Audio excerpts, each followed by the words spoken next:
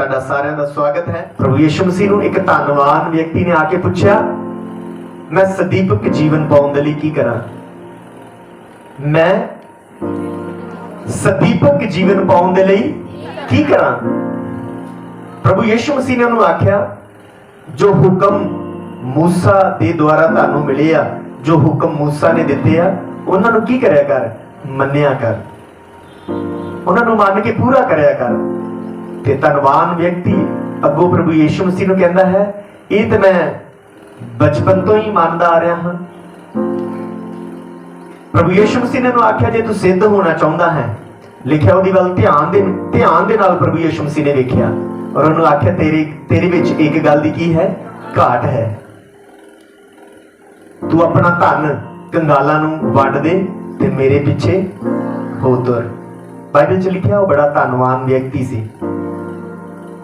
ਉਹ ਉਦਾਸ ਹੋ ਕੇ ਚਲਿਆ ਗਿਆ ਕਿਉਂਕਿ ਆਪਣੇ ਪੈਸੇ ਨੂੰ ਪਿਆਰ ਕਰਨ ਵਾਲਾ ਵਿਅਕਤੀ ਸੀ। ਉਹ ਆਪਣੇ ਪੈਸੇ ਨੂੰ ਪਿਆਰ ਕਰਦਾ, ਉਹਦਾ ਮਨ ਜਿਹੜਾ ਸੀਗਾ ਆਪਣੇ ਪੈਸੇ ਦੇ ਉੱਤੇ ਲੱਗਾ ਸੀ ਕਿਉਂਕਿ ਉਹ ਬਹੁਤ ਜ਼ਿਆਦਾ ਧਨਵਾਨ ਸੀ। ਬਹੁਤ ਵਾਰੀ ਅਸੀਂ ਸੰਸਾਰ ਦੀਆਂ ਚੀਜ਼ਾਂ ਨੂੰ ਅਪਣਾਉਣ ਦੇ ਲਈ, ਸੰਸਾਰ ਦੀਆਂ ਚੀਜ਼ਾਂ ਨੂੰ ਪ੍ਰਾਪਤ ਕਰਨ ਦੇ ਲਈ, ਪੰਜਾਬੀ 'ਚ ਬੋਲੋ ਤਾਂ ਸਾਫ਼ ਧਨ ਪੈਸੇ ਦੇ ਕਰਕੇ ਅਸੀਂ ਆਪਣੇ ਪਰਮੇਸ਼ਰ ਦੇ ਵਚਨ ਨੂੰ ਟਾਲ ਦਿੰਦੇ ਹਾਂ, ਆਪਣੇ ਪਰਮੇਸ਼ਰ ਦਾ ਇਨਕਾਰ ਕਰ ਦਿੰਦੇ ਹਾਂ ਪ੍ਰਿਓ। ਪਰ ਇਹ ਸਵਾਲ ਜੋ ਹੈ ਮੈਨੂੰ ਬਹੁਤ ਖੂਬਸੂਰਤ ਲੱਗਦਾ। ਬੇਸ਼ੱਕ ਉਹਨੇ ਪ੍ਰਭੂ ਯੀਸ਼ੂ ਮਸੀਹ ਦੀ ਗੱਲ ਨੂੰ ਮੰਨਿਆ ਜਾਂ ਨਹੀਂ ਮੰਨਿਆ, ਪਰ ਇਹ ਵਚਨ, ਇਹ ਸਵਾਲ ਸਾਡੇ ਲਈ ਸਿੱਖਿਆ ਹੈ, ਇਹ ਸਵਾਲ ਸਾਡੇ ਲਈ ਵੀ ਹੈ ਕਿ ਅਸੀਂ ਕਦੀ ਪ੍ਰਭੂ ਯੀਸ਼ੂ ਮਸੀਹ ਦੇ ਕੋਲ ਅਨੰਤ ਜੀਵਨ ਪਾਉਣ ਦੇ ਲਈ ਆਏ ਹਾਂ? ਕਦੀ ਅਸੀਂ ਪ੍ਰਭੂ ਯੀਸ਼ੂ ਮਸੀਹ ਦੀ ਹਜ਼ੂਰੀ 'ਚ ਇਹ ਸੋਚ ਕੇ ਆਏ ਹਾਂ, ਇਹ ਫੈਸਲਾ ਲੈ ਕੇ ਆਏ ਹਾਂ ਕਿ ਮੈਂ ਅਨੰਤ ਜੀਵਨ ਦਾ ਅਧਿਕਾਰੀ ਬਣਨਾ ਹੈ, ਮੈਂ ਸਦੀਪਕ ਜੀਵਨ ਪਾਉਣਾ ਹੈ? ਇਸ ਵਚਨ ਦਾ ਮਤਲਬ ਇਹ ਨਹੀਂ ਹੈ ਕਿ ਪਰਮੇਸ਼ਵਰ ਸਾਡੀਆਂ ਸੰਸਾਰਿਕ ਬਰਕਤਾਂ ਸਾਨੂੰ ਨਹੀਂ ਦੇਣਾ ਚਾਹੁੰਦਾ ਜਾਂ ਪਰਮੇਸ਼ਵਰ ਨਹੀਂ ਚਾਹੁੰਦਾ ਕਿ ਸਾਨੂੰ ਸੰਸਾਰਿਕ ਬਰਕਤਾਂ ਮਿਲਣ ਧਰਤੀ ਤੇ। ਮਤਲਬ ਸੰਸਾਰਿਕ ਬਰਕਤਾਂ ਤੋਂ ਵੀ ਵੱਧ ਹੈ ਅਨੰਤ ਜੀਵਨ, ਸਦੀਪਕ ਜੀਵਨ, ਸਵਰਗ ਵਾਲਾ ਜੀਵਨ। ਕਿਵੇਂ ਅਸੀਂ ਸਵਰਗ ਦੇ ਅਧਿਕਾਰੀ ਹੋ ਸਕਦੇ ਹਾਂ? ਕਿਵੇਂ ਅਸੀਂ ਸਦੀਪਕ ਜੀਵਨ ਪਾ ਸਕਦੇ ਹਾਂ? ਹੋ ਸਕਦਾ ਮੈਂ ਔਰ ਤੁਸੀਂ ਵੀ ਸਾਰੇ 10 ਦੇ 10 ਹੀ ਹੁਕਮ ਮੰਨਦੇ ਹੋਈਏ। ਹੋ ਸਕਦਾ ਹੈ ਤਾਂ ਤੁਸੀਂ 10 ਹੁਕਮਾਂ ਦੀ ਪਾਲਣਾ ਕਰਦੇ ਹੋਵੋ, ਪਰ ਕੀ ਇਸ ਗੱਲ ਦੀ ਗਾਰੰਟੀ ਹੈ ਕਿ ਤੁਹਾਡੇ ਕੋਲ ਸਦੀਪਕ ਜੀਵਨ ਹੈ? ਸਾਨੂੰ ਇਸ ਗੱਲ ਤੇ ਵਿਚਾਰ ਕਰਨੀ ਹੈ। ਇਸ ਦੇ ਨਾਲ ਦੀ ਨਾਲ ਇੱਕ ਹੋਰ ਸਵਾਲ ਜਿਸ ਤੋਂ ਅਸੀਂ ਅੱਗੇ ਵਧਾਂਗੇ। ਪ੍ਰਿਯ ਰਸੂਲਾਂ ਦੇ ਕਰਤੱਵ ਜਦੋਂ ਅਸੀਂ ਪੜ੍ਹਦੇ ਹਾਂ, ਉਹਦੇ 16 ਅਧਿਆਇ ਦੇ ਵਿੱਚ ਇੱਕ ਘਟਨਾ ਘਟਦੀ ਹੈ ਜਦੋਂ ਪੌਲੁਸ ਤੇ ਸਿਲਾਸ ਨੂੰ ਜੇਲ੍ਹ ਦੇ ਵਿੱਚ ਬੰਦੀ ਬਣਾਇਆ ਜਾਂਦਾ ਹੈ, ਕੈਦਖਾਨੇ ਦੇ ਵਿੱਚ ਪਾ ਦਿੱਤਾ ਜਾਂਦਾ ਹੈ ਔਰ ਅੱਧੀ ਰਾਤ ਪੌਲੁਸ ਤੇ ਸਿਲਾਸ, ਬਾਈਬਲ 'ਚ ਲਿਖਿਆ, ਪ੍ਰਾਰਥਨਾ ਕਰਦੇ ਕਰਦੇ ਉਹਨਾਂ ਨੇ ਆਰਾਧਨਾ ਕਰਨੀ ਸ਼ੁਰੂ ਕਰ ਦਿੱਤੀ ਔਰ ਆਰਾਧਨਾ ਕਰਨ ਦੇ ਦੁਆਰਾ ਉਹਨਾਂ ਦੇ ਹੱਥਾਂ ਦੀਆਂ ਪੇੜੀਆਂ, ਉਹਨਾਂ ਦੇ ਬੰਧਨ ਜਿਹੜੇ ਸੀਗੇ ਉਹ ਕੀ ਹੋ ਗਏ? ਖੁੱਲ ਗਏ। ਜੇਲ੍ਹ ਦੀਆਂ ਨੀਹਾਂ ਹਿੱਲ ਗਈਆਂ, ਦਰਵਾਜ਼ੇ ਖੁੱਲ ਗਏ ਔਰ ਉੱਥੋਂ ਦੇ ਦਰੋਗਾ ਨੇ ਦੇਖਿਆ ਕਿ ਜੇਲ੍ਹ ਦੇ ਦਰਵਾਜ਼ੇ ਖੁੱਲੇ ਆ। ਉਹ ਡਰ ਗਿਆ, ਘਬਰਾ ਗਿਆ ਔਰ ਆਪਣੇ ਆਪ ਨੂੰ ਮਾਰਨ ਲੱਗਾ ਔਰ ਪੌਲੁਸ ਨੇ ਉਹਨੂੰ ਅੱਗੋਂ ਆਵਾਜ਼ ਦਿੱਤੀ, हे ਭਾਈ, ਤੂੰ ਆਪਣੀ ਜਾਨ ਦਾ ਨੁਕਸਾਨ ਨਾ ਕਰ ਕਿਉਂਕਿ ਅਸੀਂ ਸਭ ਇੱਥੇ ਹੀ ਹਾਂ। ਬਾਈਬਲ 'ਚ ਲਿਖਿਆ, ਉਹਨੇ ਬਹੁਤ ਦੀਵੇ ਮੰਗਾ ਕੇ, ਉਹਨੇ ਜਿਹੜੇ ਦੀਵੇ ਮੰਗਾ ਕੇ ਉਹਨਾਂ ਨੂੰ ਕੀ ਕਰਨਾ ਸ਼ੁਰੂ ਕੀਤਾ? ਦੇਖਣਾ ਸ਼ੁਰੂ ਕੀਤਾ। ਆਪਣੀ ਬਾਈਬਲ ਨੂੰ ਖੋਲੀਏ, ਰਸੂਲਾਂ ਦੇ ਕਰਤੱਵ ਉਹਦਾ 16 ਅਧਿਆਇ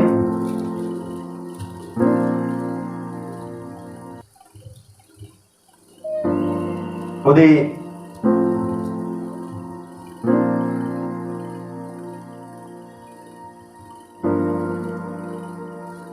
27 ਵਚਨ ਤੋਂ ਅਸੀਂ ਪੜਾਂਗੇ।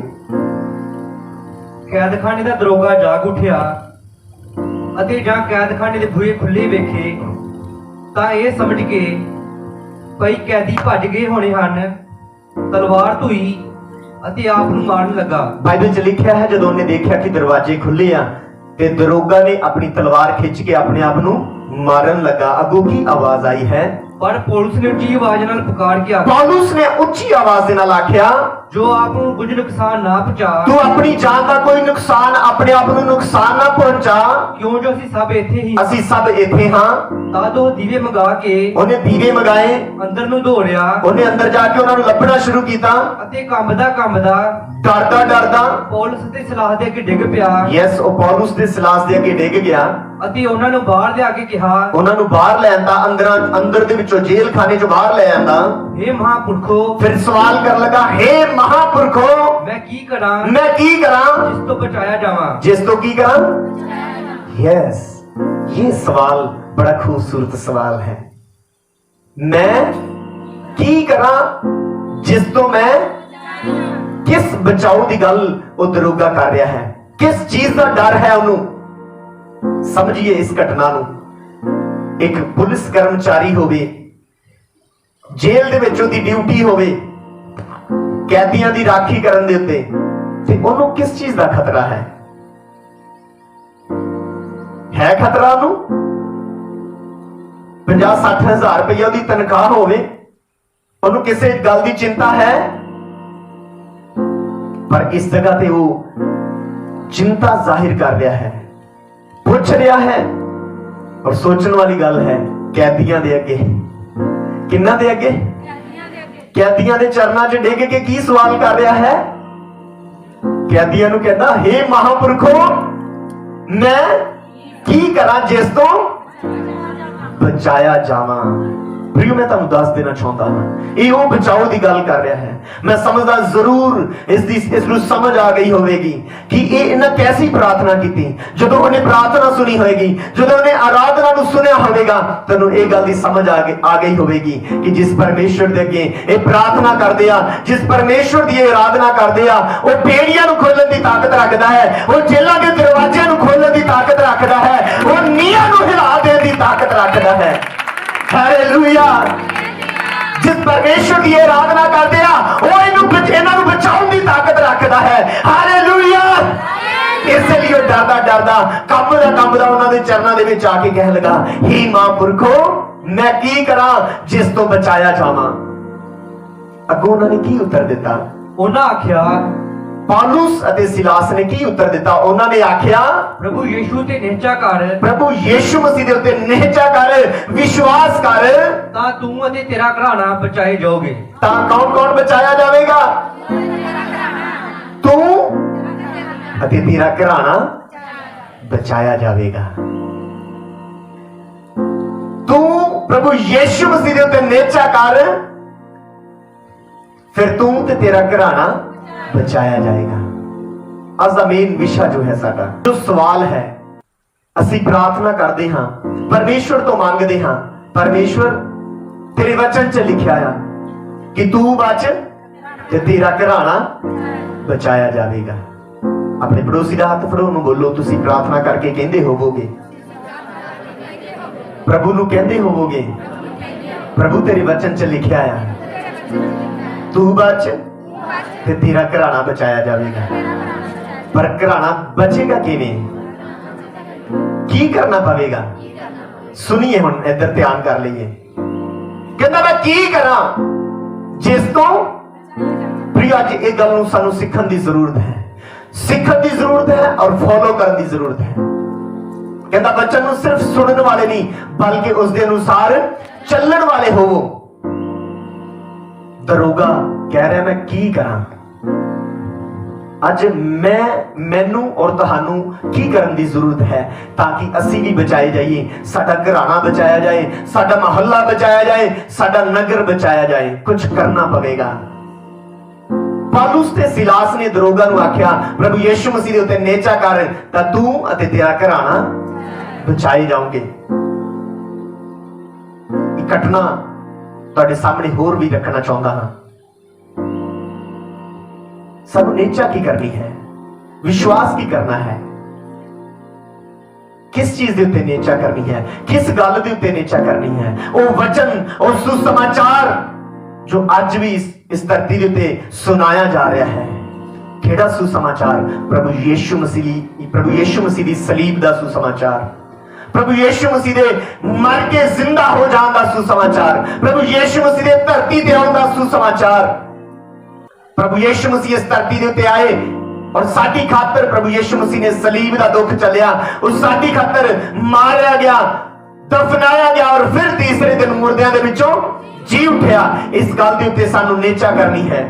कोई ऐसा परमेश्वर नहीं है जिन्हें मौत नूं हराया होए, कोई ऐसा योद्धा धरती ते नहीं होया जिन्हें मौत नूं हराया होए। केवल इक्को ही है, यीशु मसीह जिन्हें मौत नूं हरा दिता है। उसे यीशु का प्रचार असीं करदे हां।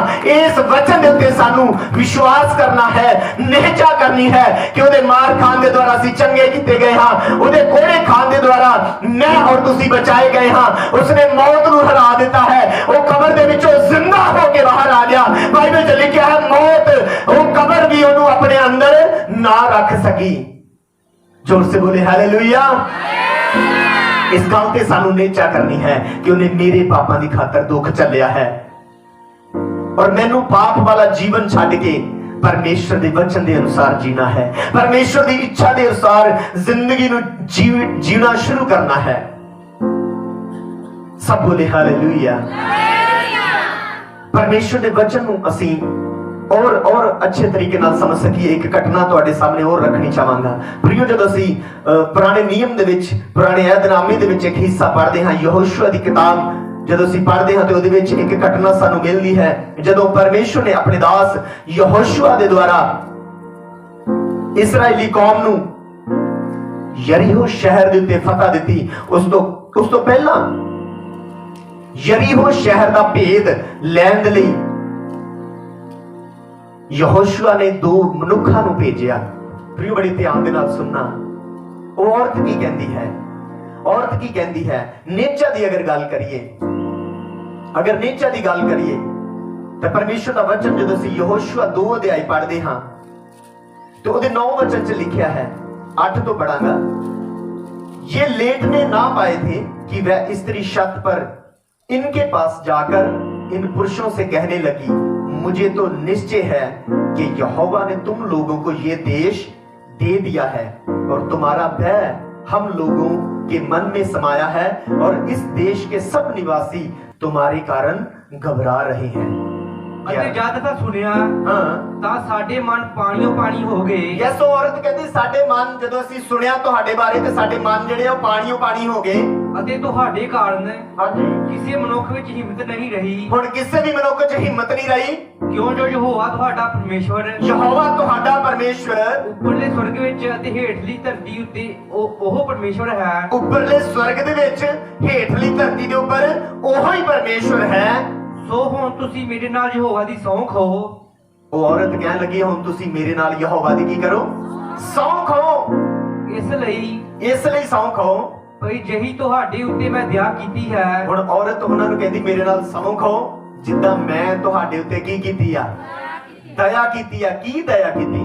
ਕਿ ਮੈਂ ਤੁਹਾਨੂੰ ਆਪਣੇ ਦੇਸ਼ ਦੇ ਸਿਪਾਹੀਆਂ ਦੇ ਕੋਲੋਂ ਜਿਹੜੇ ਰਾਜੇ ਨੇ ਭੇਜੇ ਸੀ ਉਹਨਾਂ ਤੋਂ ਕੀ ਹੋਇਆ ਵਾ? ਬਚਾ ਲਿਆ ਵਾ। ਤੇ ਇਹ ਗੱਲ ਕਰਕੇ ਮੈਂ ਤੁਹਾਡੇ ਤੇ ਕੀ ਕੀਤੀ ਆ? ਦਇਆ ਕੀਤੀ ਆ। ਤੁਸੀਂ ਮੇਰੇ ਨਾਲ ਸਹੁੰ ਖਾਓ।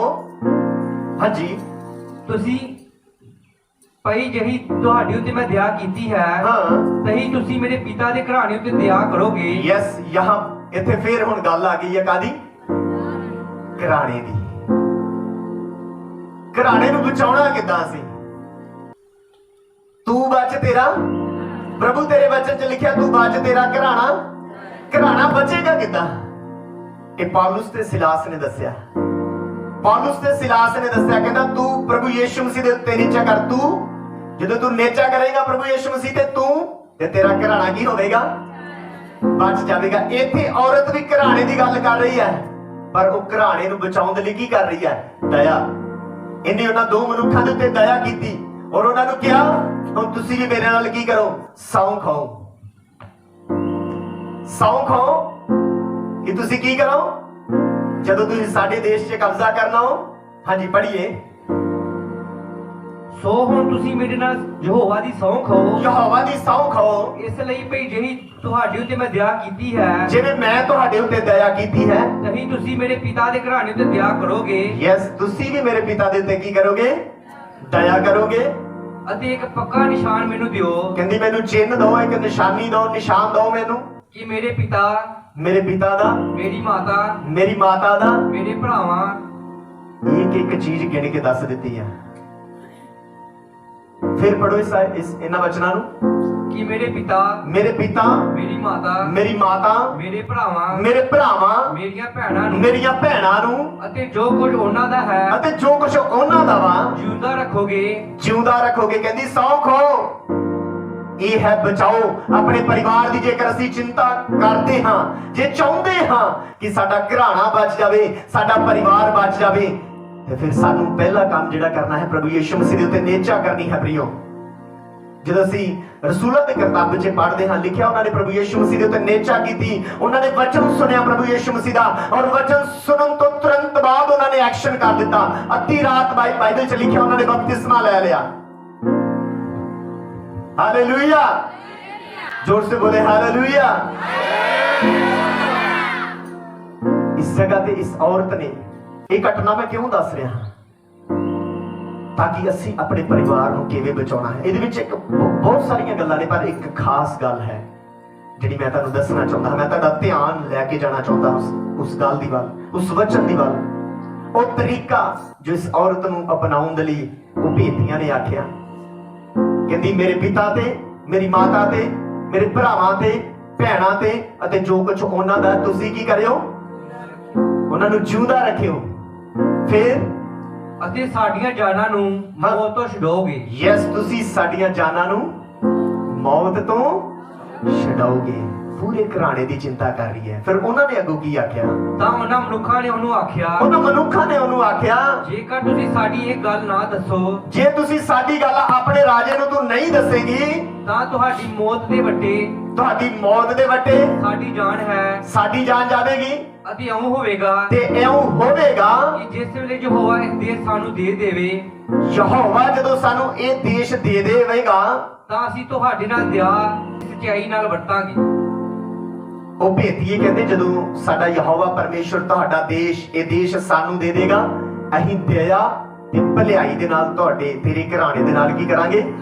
वर्तांगे। उन पुरुषों ने उससे कहा, यदि तू हमारी ये बात किसी पर प्रकट ना करे तो तुम्हारे प्राण के बदले हमारा प्राण जाए, और जब यहोवा हमको ये देश दे देगा तब हम तेरे साथ कृपा और सच्चाई से बर्ताव करेंगे।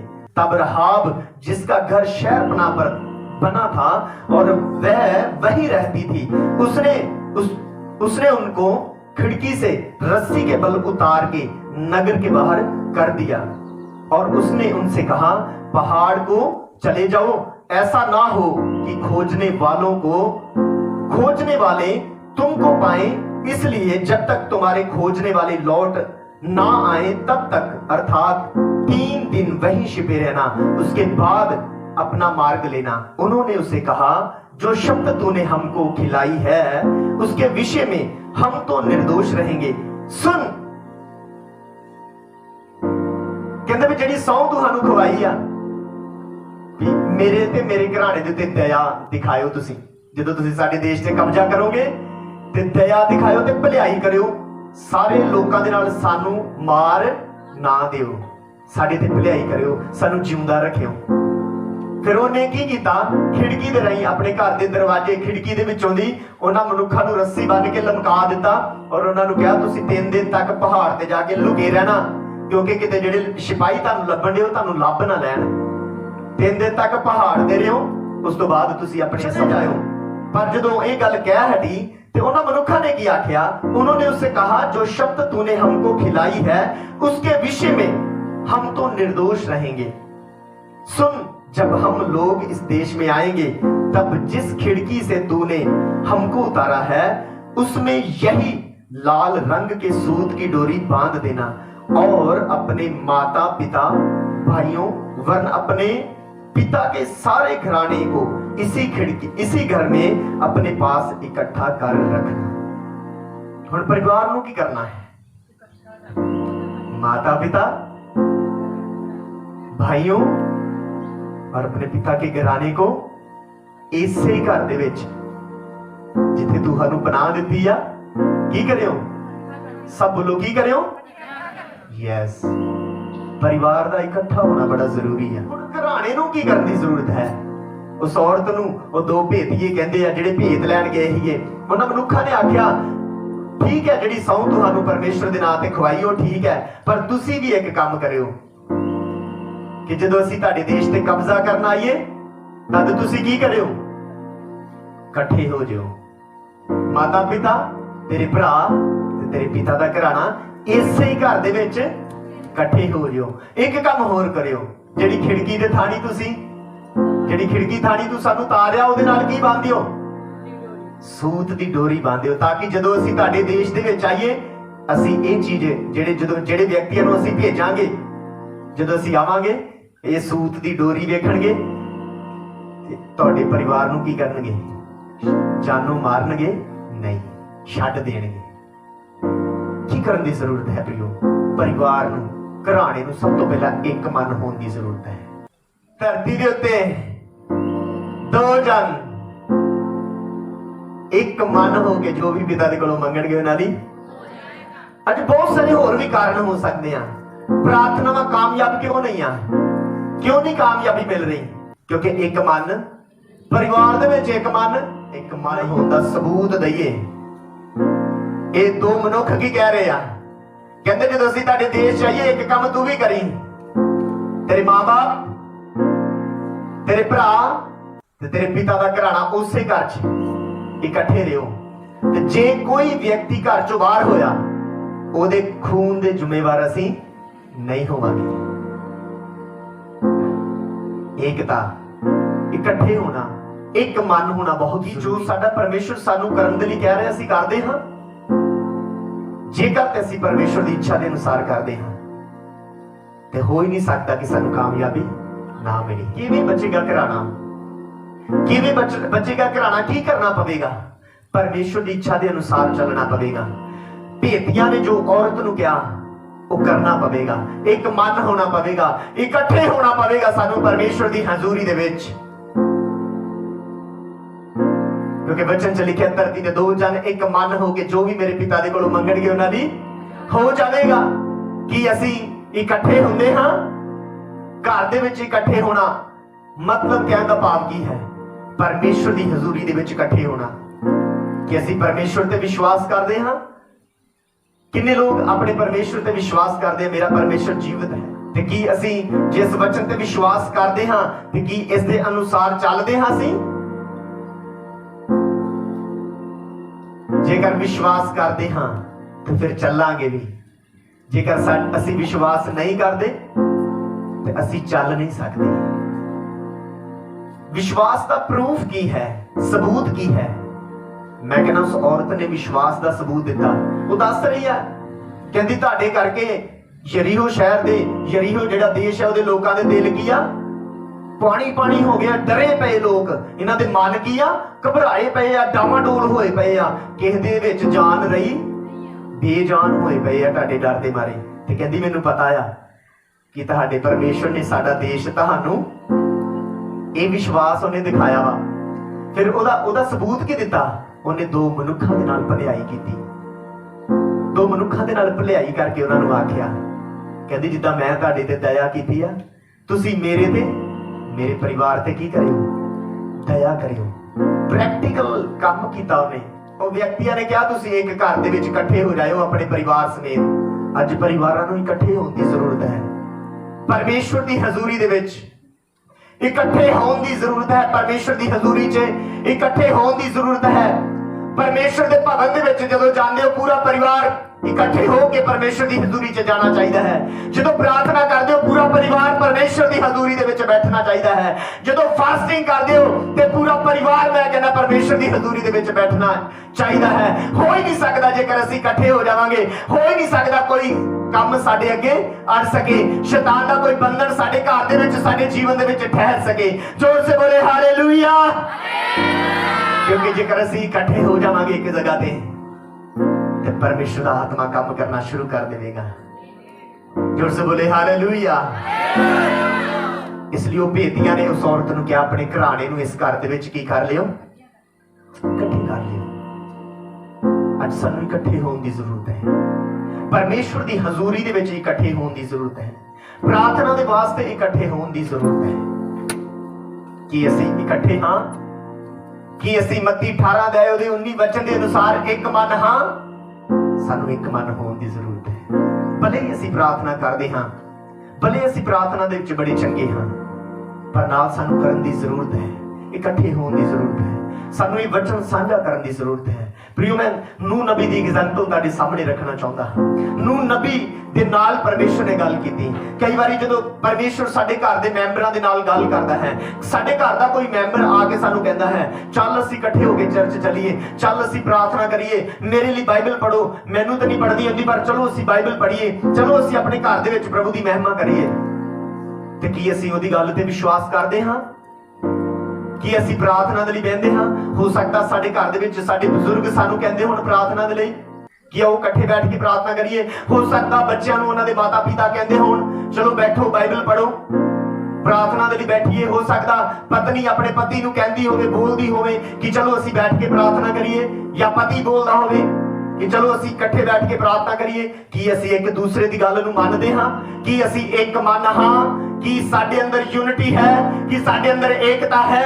जेकर असीं बचाव चाहुंदे हां ते ओ भेतियां ने बचाव दे वास्ते उन्हां नूं कहा कि इसे घर दे विच तेरे माता पिता, तेरे भरा, तेरियां भैणां, तेरे पिता दा खानदान इस घर दे विच इकट्ठे हो जाओ, क्योंकि जदों असीं तुहाडे देश ते आके कब्जा करिए, जेकर ते तुसीं सारे इस घर दे विच होवोगे ते जे कोई नुकसान पहुंचेगा ਉਹਦੇ ਅਸੀਂ ਜ਼ਿੰਮੇਵਾਰ, पर जे कोई घर तो बाहर होया ਉਹਦੀ जान दे ਜ਼ਿੰਮੇਵਾਰ ਅਸੀਂ नहीं होवांगे।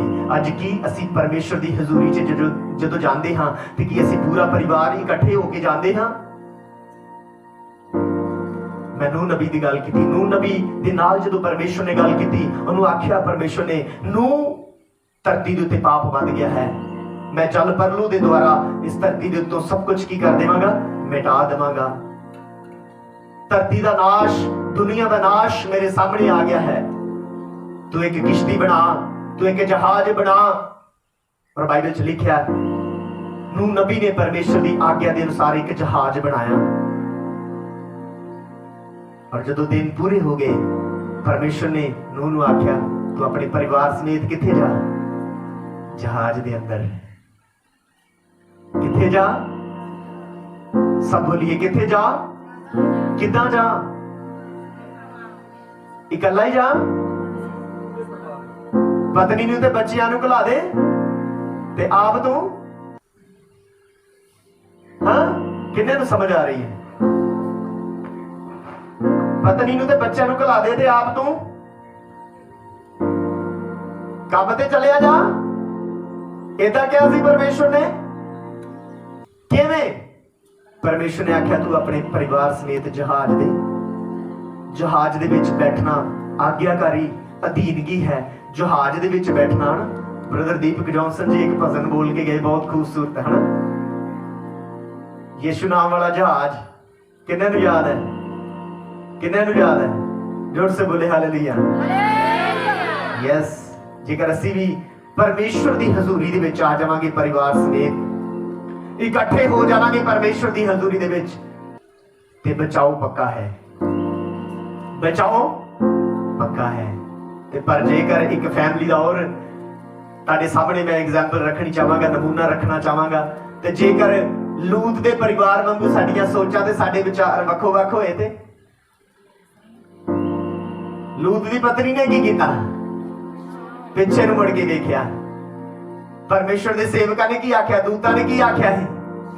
पिछे पाओगे, पिछे मुड़ के ना वेखियो।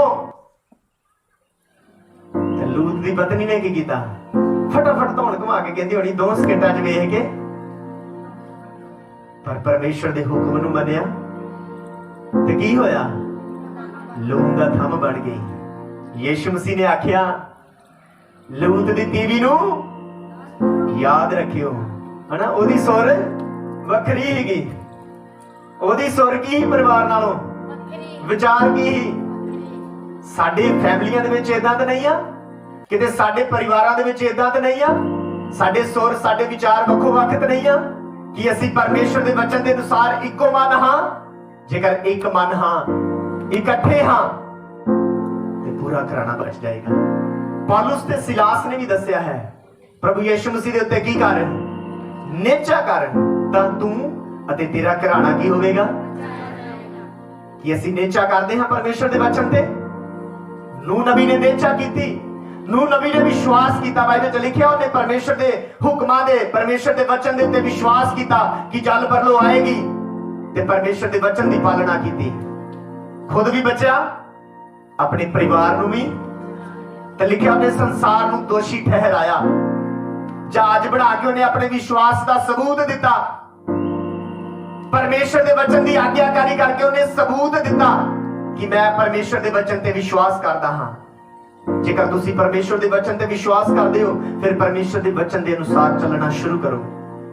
ਫਿਰ ਚੱਲੋ ਪਰਮੇਸ਼ਰ ਦੇ ਵਚਨ ਦੇ ਅਨੁਸਾਰ, ਤਾਂ ਕਿ ਤੁਸੀਂ ਖੁਦ ਵੀ ਬਚ ਸਕੋ ਔਰ ਤੁਹਾਡਾ ਘਰਾਣਾ ਵੀ ਬਚ ਸਕੇ। ਅੱਜ ਆਪਣੇ ਲਈ ਆਪਣੇ ਨਾਲ ਸਵਾਲ ਕਰਨਾ ਹੈ, ਖੁਦ ਦੇ ਨਾਲ, ਕਿ ਮੈਂ ਆਪਣੇ ਪਰਿਵਾਰ ਦੇ ਨਾਲ ਜਿਵੇਂ ਨੂਹ ਨਬੀ ਜਹਾਜ਼ 'ਚ ਗਿਆ ਸੀ, ਮੈਂ ਪਰਮੇਸ਼ਰ ਦੀ ਹਜ਼ੂਰੀ 'ਚ ਜਾਂਦਾ ਹਾਂ? ਕਿ ਮੈਂ ਪ੍ਰਾਰਥਨਾ ਕਰਦਾ ਹਾਂ?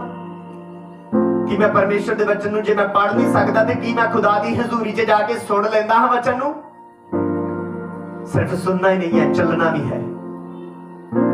ਇਹਨਾਂ ਵਚਨਾਂ ਨੂੰ ਮੰਨ ਕੇ ਪੂਰਾ ਕਰਨਾ ਹੈ। ਪ੍ਰਿਯੋ, ਜੇਕਰ ਅਸੀਂ ਚਾਹੁੰਦੇ ਹਾਂ ਕਿ ਸਾਡਾ ਪਰਿਵਾਰ ਬਚਾਇਆ ਜਾਏ, ਮੇਨ ਗੱਲ ਮੈਂ ਕਹਿਣੀ ਚਾਹਾਂਗਾ, ਇੱਕ ਮਨ ਹੋ ਜਾਈਏ, ਇੱਕ ਮਨ ਹੋ ਜਾਈਏ। ਆਪਣੇ ਪਰਿਵਾਰ ਦੇ ਨਾਲ ਇਹ ਵਚਨ ਜਾ ਕੇ ਸਾਂਝਾ ਕਰੀਏ ਕਿ ਨੂਹ ਨਬੀ ਆਪਣੇ ਪਰਿਵਾਰ ਦੇ ਨਾਲ ਇੱਕ ਮਨ ਹੋਇਆ। ਉਹ ਇੱਕੋ ਹੀ ਜਹਾਜ਼ ਦੇ ਵਿੱਚ ਪਰਮੇਸ਼ਰ ਦੀ ਆਗਿਆ ਦੇ ਅਨੁਸਾਰ, ਲੂਤ ਦੀ ਪਤਨੀ ਦੀ ਤਰ੍ਹਾਂ ਅਲੱਗ-ਅਲੱਗ ਵਿਚਾਰ ਨਾ ਰੱਖੀਏ, ਵੱਖੋ ਵੱਖਰੇ ਵਿਚਾਰ ਨਾ ਰੱਖੀਏ, ਇੱਕੋ ਜਹਾਜ਼ ਦੇ ਵਿੱਚ ਆ ਜਾਈਏ, ਪਰਮੇਸ਼ਰ ਦੀ ਹਜ਼ੂਰੀ ਦੇ ਵਿੱਚ ਆ ਜਾਈਏ, ਪਰਮੇਸ਼ਰ ਦੇ ਵਚਨ ਦੇ ਵਿੱਚ ਆ ਜਾਈਏ, ਅਧੀਨਗੀ 'ਚ ਆ ਜਾਈਏ, ਆਗਿਆਕਾਰੀ ਦੇ ਵਿੱਚ ਆ ਜਾਈਏ, ਔਰ ਜਿਵੇਂ ਵਚਨ ਕਹਿੰਦਾ ਹੈ ਕਰਨ ਲਈ ਉਦਾਂ ਆਪਣੇ ਜੀਵਨ ਦੇ ਵਿੱਚ ਕਰਨਾ ਸ਼ੁਰੂ ਕਰੀਏ, ਤਾਂ ਕਿ ਘਰਾਣਾ ਬਚ ਸਕੇ। ਪਰਮੇਸ਼ਰ ਇਹਨਾਂ ਵਚਨਾਂ ਦੇ ਨਾਲ ਮੈਨੂੰ ਔਰ ਤੁਹਾਨੂੰ, ਸਾਨੂੰ ਸਾਰਿਆਂ ਨੂੰ ਬੜੀ ਆਸ਼ੀਸ਼ ਦੇਵੇ।